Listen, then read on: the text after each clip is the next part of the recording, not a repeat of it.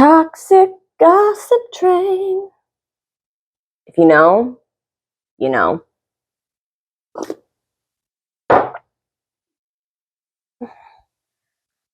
Hello, my planty pals. I hope you're having a fantastic day. Thank you so much for watching this video. My name is Pearl. If you're new here, this is my channel, Plants with Pearl. I live in Canada and I grow houseplants in my basement. And when they're ready to go, I put them up on my website, www.plantswithpearl.ca. If you're in Canada, I highly recommend you take a moment and open up a second window so you can browse our website while you watch this video. All of the plants that you see listed on our website are grown in-house by us with so much love. And great news for our customers, our free shipping offer is back on our website. So if your order comes to $150 before tax, we will cover the standard shipping for you. Love you guys. And yeah, we've got lots of beauties up there, so make sure to check it out. Grab some new plants. You're going to love them. While you're watching, please don't forget to subscribe to this channel and like this video. I am having so much fun on YouTube, just talking about plants, hanging out with you, slowly amassing a collection of planty pals. So last time I checked, we were at over 165 subscribers, I think. So yay! Let's keep that energy going. Today's video is another episode in our Plants We Grow series where I go over some of the plants that we grow and have on offer on our website. And today we will be discussing the Philodendron Ring of Fire, as well as the Dischidia Million Hearts Variegated. A bit of a mouthful. Also known as Dischidia rushifolia. I'm going to spell it. If you haven't figured it out by now, I am not the most skilled with the English language. Two very beautiful, quite easy care plants. Definitely, if you're a beginner, advanced beginner, I would say these plants are appropriate for you as long as you have enough light available. Let's go.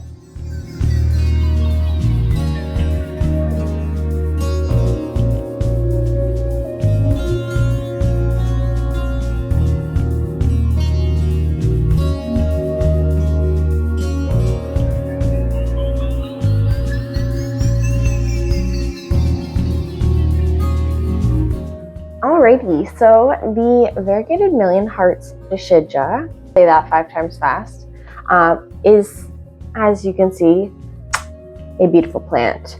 Do I think all of my plants are incredibly beautiful? Yeah, sue me. So the Variegated Million Hearts Dischidia is one of 2 types of Dischidia that I am familiar with and that we carry in our shop, that and the Watermelon Dischidia. We've carried both of these plants since I think about our 2nd year. Really, really nice plant. This is my plant for my personal collection. I'm very proud of her. She is very luscious and gorgeous and has survived many, many very aggressive haircuts. At her biggest, most luscious, she was a little bit bigger than she is right now, but she is definitely working towards outdoing herself. I love that for her and I love that for me. Super beautiful, super chill, extremely low maintenance plant. She doesn't get any special attention, none. So with the Million Hearts Dischidia, I have definitely found that it is a very high light tolerant plant. They don't seem to have too much of a preference one way or the other if they are being given light from a grow light or the sun, but they do want a lot of light. The window that she lives in is actually just behind you, right? And I'll show you in a minute, but she is right in a corner where there's 2 windows. She gets tons of light all day and she is very happy, as you can see. I did actually cut her back not that long ago. I want to say probably about 2 or 3 months ago, I gave her a pretty decent haircut, and she's already ready for another one.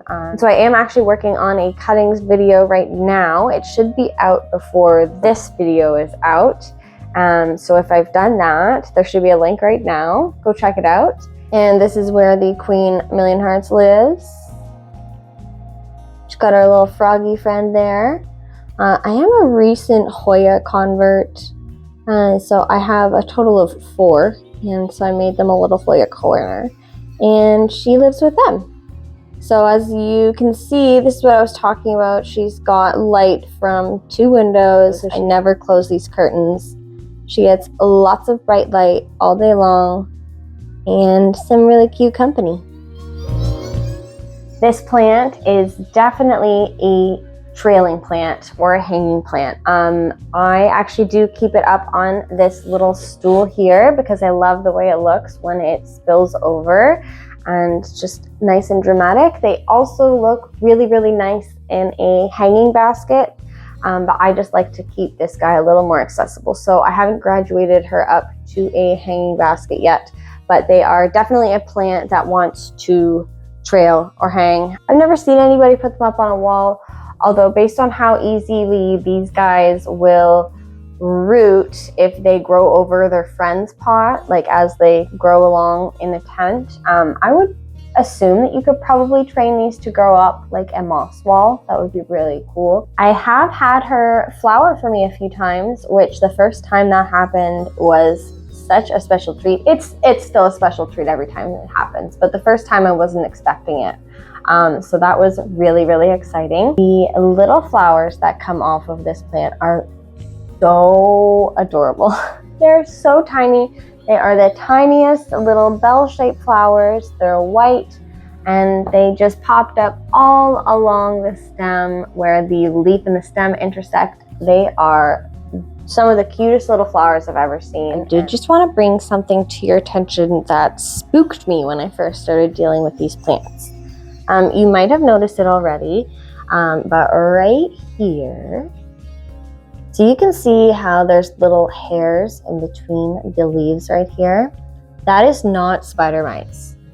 These plants have tiny little hairs that form. They're not so noticeable on the older pieces of the leaves. I assume it has something to do with the fresh leaves and how they come out, but really threw me for a loop when I started working with these plants, because I saw this and immediately my head went to spider mites, but there is no spider mites. It's just something that they do. So if you have one of these plants and you've ever seen that and it freaked you out, it's just part of this plant. Please don't be alarmed.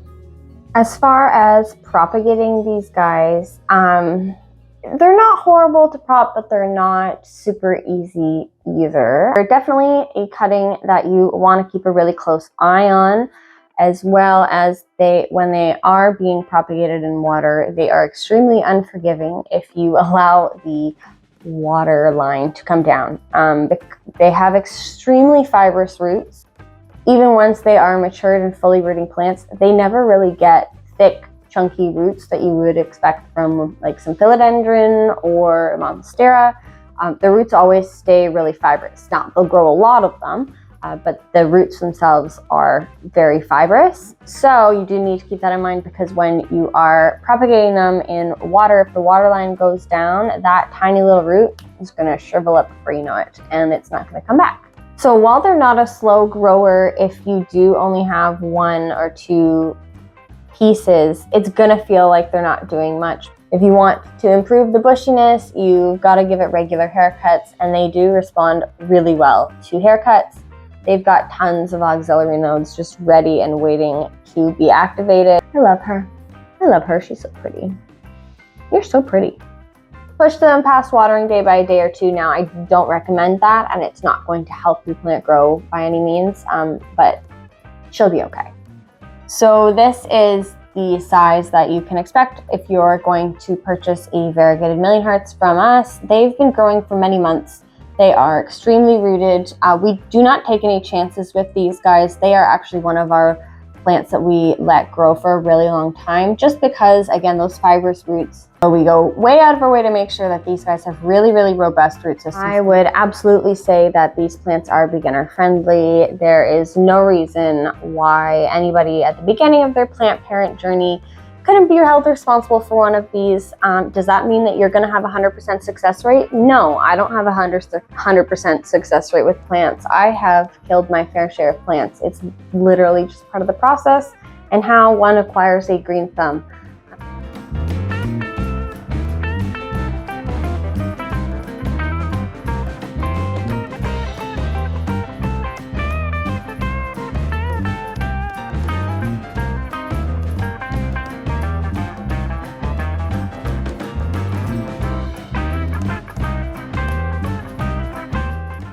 The Philodendron Ring of Fire is really popular. It has definitely taken the plant world by storm over the last year or so, I would say. We acquired our very first Ring of Fires back in 2020, I believe, and we have been growing them since.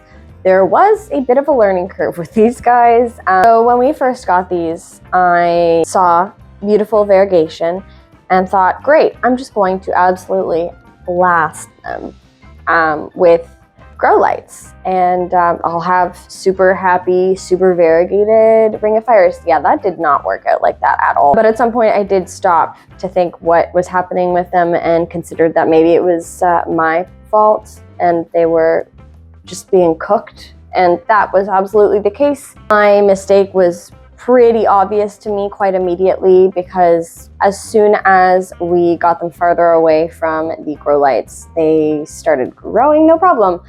So yeah, don't do that. They do, however, seem to enjoy getting plenty of direct sunlight. I know some plants don't really seem to notice a difference between actual sunlight and a grow light. I have found anecdotally that once they get past the smaller plant stage, they do seem to grow better for us in actual sunlight. With this beauty is out of my personal collection. She is very gorgeous and finally growing at a good pace. One thing about these plants is that propagating, rooting, establishing itself, really slow. Not that they're difficult to propagate, but they are definitely not a fast plant. So if you're struggling to get a Ring of Fire established, or you don't know why it's not getting nice and big for you, you're probably not doing anything wrong. It's just not a speedy plant. So when these leaves come out fresh, all of the spots that you see here that are that yellow, creamy, variegation colored, when they come out fresh on a new leaf, they're orange. It is so, it sounds like I'm making it up if you haven't seen one of these before, but I'm not. They are so cool. The lights are washing it out a little bit, so you're just gonna have to take my word for it. But this slightly orange tint here in real life is actually quite bright. I just wish you could see it in person. Some of them are a little more marbly situation, and then some of them have these really dramatic splashes. As far as care, it doesn't really need anything in special or out of the ordinary. Regarding medium, you can use whatever works for you. I am a dirt girl. I love dirt. I have experimented with leca, hated it. But old dirt just seems to work for me, but you can put these guys in whatever medium works for you in your house with your house plants. We don't have to do everything the same. Plant Parenthood, you can make whatever you want of it. One little bit of special attention that I would recommend is just to keep an eye on these new leaves as they unfurl. Because the leaves do have these frilly edges when they are curled up, sometimes you can have a little bit of sticking problems, easily prevented by either providing humidity, such as a humidifier, or you can just keep an eye on it and physically help it if it gets stuck. These guys do respond quite well to being propagated. I actually almost gave up on our Ring of Fire. We've cut it back all the way back to a stump, probably 2 or 3 times at this point. The last time I cut it back to the stump with the intention of getting rid of the rooted part of the plant, but I got distracted and left it alone. And a couple weeks later I came back and it was sprouting, so I allowed it to see what it was going to do for me, and I'm really glad I did, because she's beautiful. I am a firm believer in, if a plant is not bringing you joy any longer, get it out of your house. But sometimes you just need to give the plants more time. Well, that's all I've got for today. Hopefully some of that was coherent. If it wasn't, my sincerest apologies. I'm a little rambly today. A little rambly most days. If you're still watching, thank you so much. I really appreciate you taking your time to watch my video. As always, please make sure to like this video and subscribe to the channel. Do not forget to check out my website, www.plantswithpearl.ca. You can find us on TikTok, Instagram, Facebook. Don't forget to sign up for our newsletter on our website. You'll get a coupon code in your email for 15% off. Really good deal. And yeah, have a great day. Go check on your plants. Don't forget to water them, and we'll see you next time. Bye. You are incredibly awkward. Mm-hmm. Mm-hmm.